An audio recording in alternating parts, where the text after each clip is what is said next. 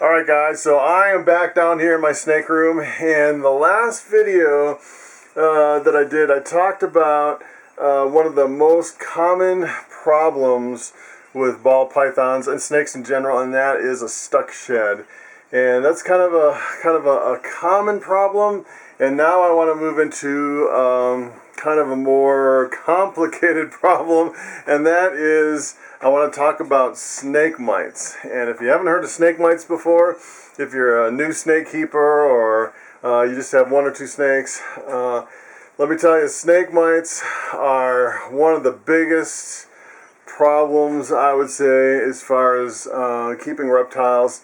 And especially if you go to different shows or into different pet shops or see other people's collections, you can easily catch snake mites and you wouldn't even know it. So kind of today, what I want to talk about is how you catch them, what a mite is, and how you get rid of them. If you're watching this, you probably have mites, or you've had mites in the past, and you want to know how to get rid of them. So believe it or not, when I first started out in ball pythons, I had a mite infestation, and it was terrible. So, and right now in my room, I have I actually counted them the other day. I have 122 snakes. There's my hatchlings and my grow outs over here, and a couple big retics and some more hatchling racks over here, and some of my breeder females all over here. So if I got mites in here, it would be an absolute nightmare. And let me tell you what a mite is. So a mite is, it almost looks like a tick or a flea. It's really small, and basically they suck blood from your snake. And when I first got them, I actually had a white snake. And so take a look at the snake down here. This is one of my whiter snakes, my spider pied male. And we kind of had a misunderstanding earlier this week. I was feeding him a rat, and he jumped up, missed the rat, and he grabbed my hand and wrapped around my arm. And I was bleeding all over the place. There's blood on the floor, blood on the table, blood on my racks, blood on the snake. And so I'll try not to get bit today.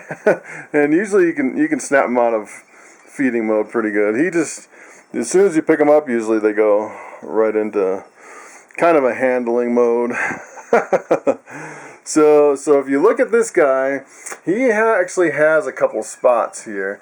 And on some snakes, it's natural for him to have a few spots. What you really want, woo, he's a little freaked out. But kind of what you want to look for is a good indicator of mites is it almost looks like someone took pepper and sprinkled it on your snake. It's a lot smaller than those spots. And on your dark snakes, it'd be a little bit tougher. Actually, something that would be really tough, I would think, is something like this coral glow that naturally has spots. So it almost, if you look at something like this with the spots, I would say the size of a mite is probably as big as that little dot right there. You can almost hardly see it. And that would be like the size of an adult mite. And luckily in my collection today, I don't have any mites. So I can't really show you what a mite looks like. So the problem with mites is that when they're born, they are so small that you can't see them. So you see one mite, you could have millions of mites, and you just can't see the small ones. And a female mite can lay up to, I think if they say 80 eggs in about 5 weeks. So they only live about 5 weeks, but they reproduce pretty fast. And when I first had mites, I basically moved everything over to paper towels, and you start thinking, oh yeah, I'm getting ahead of these mites, and all of a sudden you lift up a paper towel, look underneath, and you got like hundreds of them all over. And when I first started, I actually had a completely white snake. I think it was this lesser pied over here, and he's looking for a rat too. And the funny thing is he was covered with all these little black spots, and I couldn't really tell they were mites because they were basically burrowed between the scales. And you can actually take your hand and wipe the. You would think you could wipe the mites off your snake, but you can't. And the funny thing is I wasn't even sure it was mites. And then I discovered there's something called a mite that's only on your snakes. And if you have mites, don't worry, they can't get in your hair, they can't get into your dog or your cat. There's only one thing on the menu, and that is snake blood. And they go in between the scales, and basically they suck the blood of your snake. And the first thing I did to treat is I used this reptile spray, and I started buying it by the gallon when I had my mite problem. And I haven't actually used it since my outbreak. It's been several years since I had a mite problem. But this stuff is great. You just wipe it right on the snake. And what I did is the first time I used this stuff is I wetted a paper towel and I wiped down my snake and I put him back, and I came back about, I'd say about half an hour later, and all those mites came out from under the scales on my snake, and the whole snake was just crawling with all these little bugs. It was kind of freaky, just kind of seeing what was going on with my snakes. And then every little spot that they pulled out from between the scales, it left a little red sore. And basically my snakes were all covered with sores. It was pretty bad. And then I'd say I probably spent 2 months trying to kill those mites. And I went through all my racks and tubs, and I was changing out paper towels, and I actually used this reptile spray in a spray bottle, and I was spraying down the tubs, and it kills mites on contact, and it's not that good for your snake. They say use it like once every 4 days, and I was actually using it every day for 3 days on one snake, and that snake, I thought it was going to die. Come to find out, most of your medications that kill mites can also kill your snake. And the more you read about it, the more they kind of scare you into and kind of not using anything. So the other thing that I saw as far as a treatment is this provent-a-mite.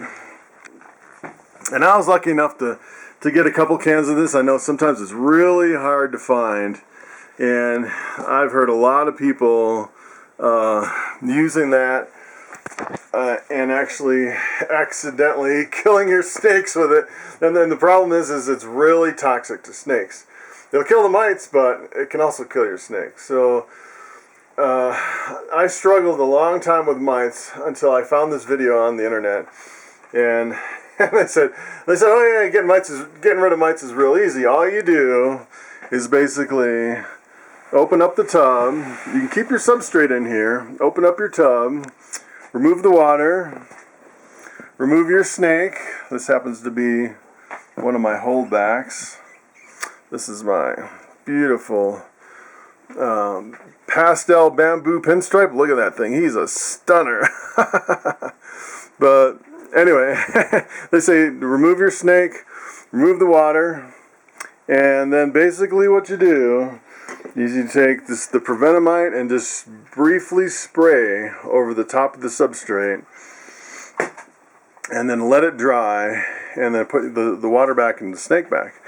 And kind of what I've seen is what you really want to do is let that provent-a-mite dry. Some people say, oh yeah, it's fine in 30 seconds. I would actually let it dry, for a little bit longer, and then put your snake back, and apparently it's supposed to work really well. So it's kind of supposedly a quick and easy treatment. I haven't actually tried it. I was like going through all these tubs, changing out all the paper and spraying down every single tub with this reptile spray for about 2 months. And let me tell you, it was exasperating trying to get rid of those mites. And one of the big thing, I think, which was my I would say it's the success as far as getting rid of the mites is understanding that they can crawl quite a distance. So originally I had carpet in this room instead of this this wooden floor, and I think what was happening is when I have a tub that was infested with mites, basically some of them were crawling down on the carpet across the room, and then I go through my rack and I'd basically kill all the mites in my whole rack and think it was over, and then some of those mites from across the room would crawl back to the snakes and reinfect me again. And I found out kind of a little thing I think about. You driving down the highway at 55 miles an hour. This is kind of how I remember it. Well, a mite can travel 55 feet an hour instead of 55 miles an hour, 55 feet an hour. So you think in 1 hour that mite can travel from here, not only just across this room, but maybe even into another room. So you have to kind of realize that. And then once I realized that, what I started doing is vacuuming my carpet every day. And it seemed like right after I started vacuuming my carpet and wiping down everything around the room, it seemed like shortly after that, I was able to get rid of my mites. And another thing you have to think about is if you're going to like a reptile show, you're thinking, there's a guy over here with the table. If he's got mites, they can crawl 55 feet every hour. So pretty soon that whole reptile show can potentially be full of mites. and that's kind of frightening, So a lot of people kind of saw my last show, and they saw me bring back my snakes after the show, and they said, well, why don't you quarantine your snakes after the show? And the number one reason you'd want to quarantine is for mites. So, and I actually saw on this last show that I went to, they had a little thing in the vendor thing. They said they will periodically inspect your table, and if they see mites, they'll kick you out. So you're looking around the show and you see a few tables. It's not necessarily the people that didn't show up that those tables are empty, but it might be people that showed up and had snake mites and they were booted out. So that's another thing to think about. I haven't seen snake mites in a while, thank goodness.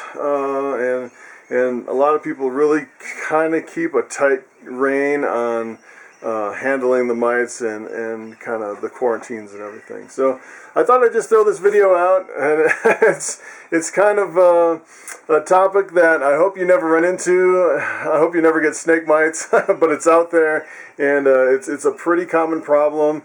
I've experienced it, and hopefully you won't experience it. So thanks for watching, and I will see you next time.